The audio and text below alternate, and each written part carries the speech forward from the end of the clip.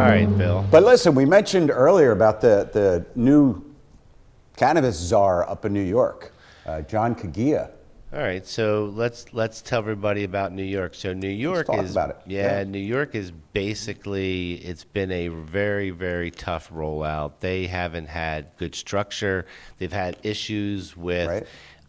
underground pop-up shops, unlicensed shops. They have been fighting with the growers. They're doing everything wrong. Right. So now tell us, what are they doing to right the ship? 'Cause Well, they're this really trying hard to screw this up, and they're doing a great job at it, I think.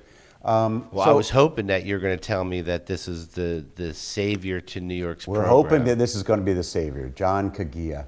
And he seems like a really cool guy. John, if you're out there, we'd love to have you on the show.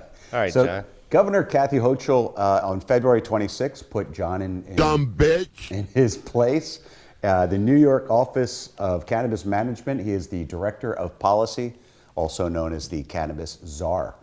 Kagia had worked at a place called New Frontier Data, which is the cannabis industry's analytics. He had Okay. worked there for 7 years. So he's got his bona fides. He knows what he's doing. He's going to be in charge of a $1.7 billion market up there in New York.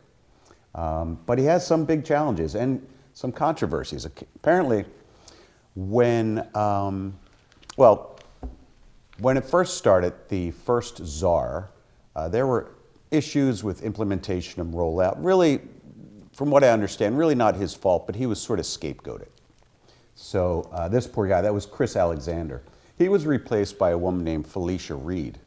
And under Felicia's czarship, we had what was called the inversion scandal. Have you heard about this?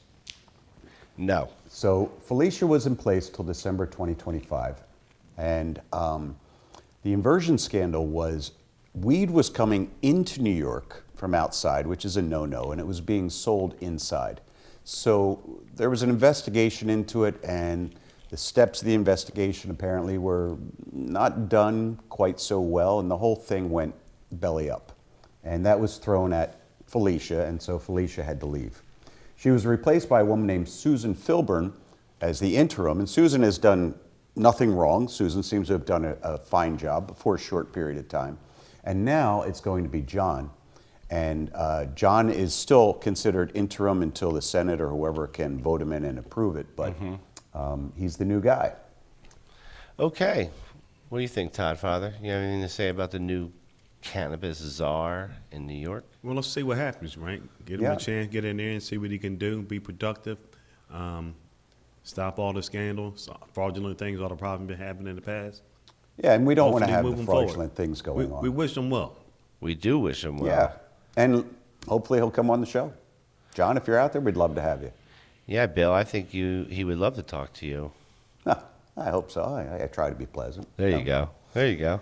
As of February 5th, there's 582 stores open in New York, and the Cannabis Control Board is processing thousands of license applications.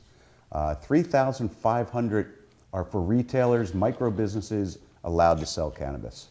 These are new? Yeah, those would be new. There's 582 current, and there's 3,500 applications in there. Well, they're ready to ramp it up. Yeah. However, New York right now has a little bit of a glut, what they're calling price compression. So if you're in New York right now, it might be a great time to stock up. Why? Because the prices are going up? Prices are going down. Prices are down right now. Oh, stock up now. Right, stock up now. Because they're going to go up. They may go up. They could go up. Well, But if they do, don't blame it on John. John's doing okay so far. and don't blame it on Bill, Don't blame it on me. for sure.